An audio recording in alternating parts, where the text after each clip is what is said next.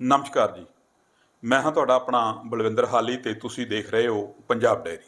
गृह मंत्री जी बादल साहब ਨੂੰ ਸ਼ਰਧਾ ਦੇ ਫੁੱਲ ਭੇਟ ਕਰ ਰਹੇ ਆ, ਫਿਰ ਸਟੇਜ ਤੇ ਆ ਰਹੇ ਆ। ਆਓ ਉਹਨਾਂ ਦੇ ਵਿਚਾਰ ਸੁਣੀਏ। वाहेगुरु जी का खालसा वाहेगुरु जी की फतेह। आज सम्माननीय बादल साहब की अंतिम अरदास में मैं संगत के सामने उपस्थित हुआ हूं। तब बादल साहब हमारे बीच में न रहने से केवल पंजाब नहीं, समग्र देश की राजनीति और सामाजिक नेतृत्व के क्षेत्र को कभी भी जिसकी पूर्ति न हो ऐसी क्षति हुई। ये गड्ढा जो बादल साहब के जाने से शून्यता जो पैदा हुई है, मैं देख रहा हूं लंबे अरसे तक इसको भर पाना सबके लिए बड़ी मुश्किल हो। बादल साहब के जाने से सिख पंथ ने अपना एक सच्चा सिपाही खोया है, देश ने एक देशभक्त खोया है, किसानों ने अपना सच्चा हमदर्द खोया है और ढेर सारे राजनीतिक जीवन के उच्च मानांकों को सिद्ध करने वाले महापुरुष को खोया है। इतना लंबा सार्वजनिक जीवन, 70 साल का सार्वजनिक जीवन के बाद व्यक्ति चला जाए और पीछे कोई भी दुश्मन न हो, ऐसा अजात शत्रु जैसा जीवन बादल साहब के बिना कोई नहीं जी सकता। ये मेरे मन से मैं मानता हूं।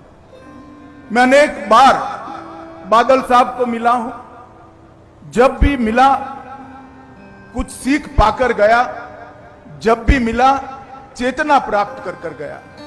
इन्होंने हमेशा सच्चा रास्ता दिखाने का प्रयास किया। दल तो हमारे दो अलग थे, परंतु हमेशा उन्होंने वो ही कहा जो मेरे दल के लिए भी सही था। इतनी पारदर्शिता के साथ राजनीतिक जीवन में सलाह देना ये महामानव के सिवा कोई नहीं कर सकता। पंजाब के लगातार विधानसभा में रहने वाले सदस्य, सबसे ज्यादा रहने वाले सदस्य बादल साहब रहे। सबसे ज्यादा चुनावी राजनीति में भारत में जनप्रतिनिधि रहने का रिकॉर्ड भी बादल साहब का है।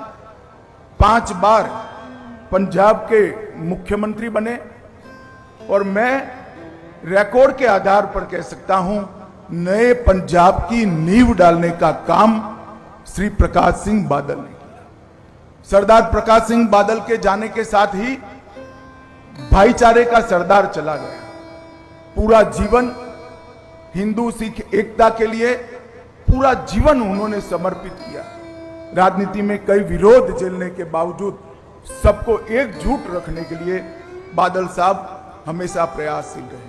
अभी सरदार सुखबीर जी बता रहे थे, बादल गांव में मंदिर भी बादल साहब का बनाया हुआ है, मस्जिद भी बादल साहब की बनाई हुई है और गुरुद्वारा भी बादल साहब का बनाया हुआ है। साच अर्थ में ऐसे व्यक्ति को दिया लेकर भी ढूंढेंगे तो देश के राजनीतिक जीवन में, सामाजिक जीवन में कभी भी नहीं मिल पाएगा।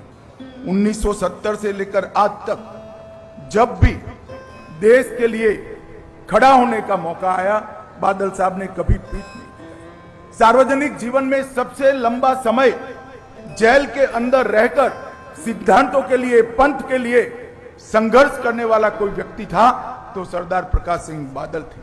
इमरजेंसी की बात हो, मैं तो बहुत छोटा बच्चा था, मगर मेरी पार्टी के बड़ों से मैंने सुना, अकाल प्रकाश सिंह बादल अकाली दल में चट्टान की तरह इमरजेंसी के खिलाफ खड़े रहे, लोकतंत्र की रक्षा के लिए। कारगिल युद्ध हो, कोई भी लड़ाई हो या आतंकवाद की परछाई हो, हर जगह पे बादल साहब ने आसमान जितने ऊंचे व्यक्तित्व को ढाल की तरह देश के हितों के साथ खड़ा पाया। बादल साहब का जाना समूचे देश के लिए बहुत बड़ी क्षति है। सिर्फ सरदार सुखबीर और बीबी हरसिमरत जी के लिए नहीं, पूरे देश के लिए क्षति है। और मेरे जैसे सार्वजनिक जीवन के कई कार्यकर्ताओं के लिए भी ये अपूर्णीय क्षति है। आज दसम गुरु के चरणों में मैं यही प्रार्थना करना चाहता हूं कि बादल साहब के जीवन से हम सब प्रेरणा लें और उन्होंने जिस रास्ते पे चलने की सीख दी थी उस रास्ते पर चलने की वाहेगुरु हम सबको शक्ति दे।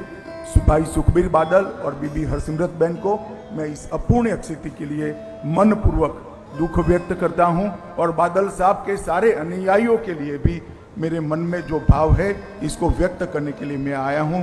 अंत में बादल साहब को मेरी ओर से, मेरी पार्टी की ओर से और समग्र देश की ओर से, भारत सरकार की ओर से श्रद्धांजलि देकर मेरी बात को समाप्त करता हूं।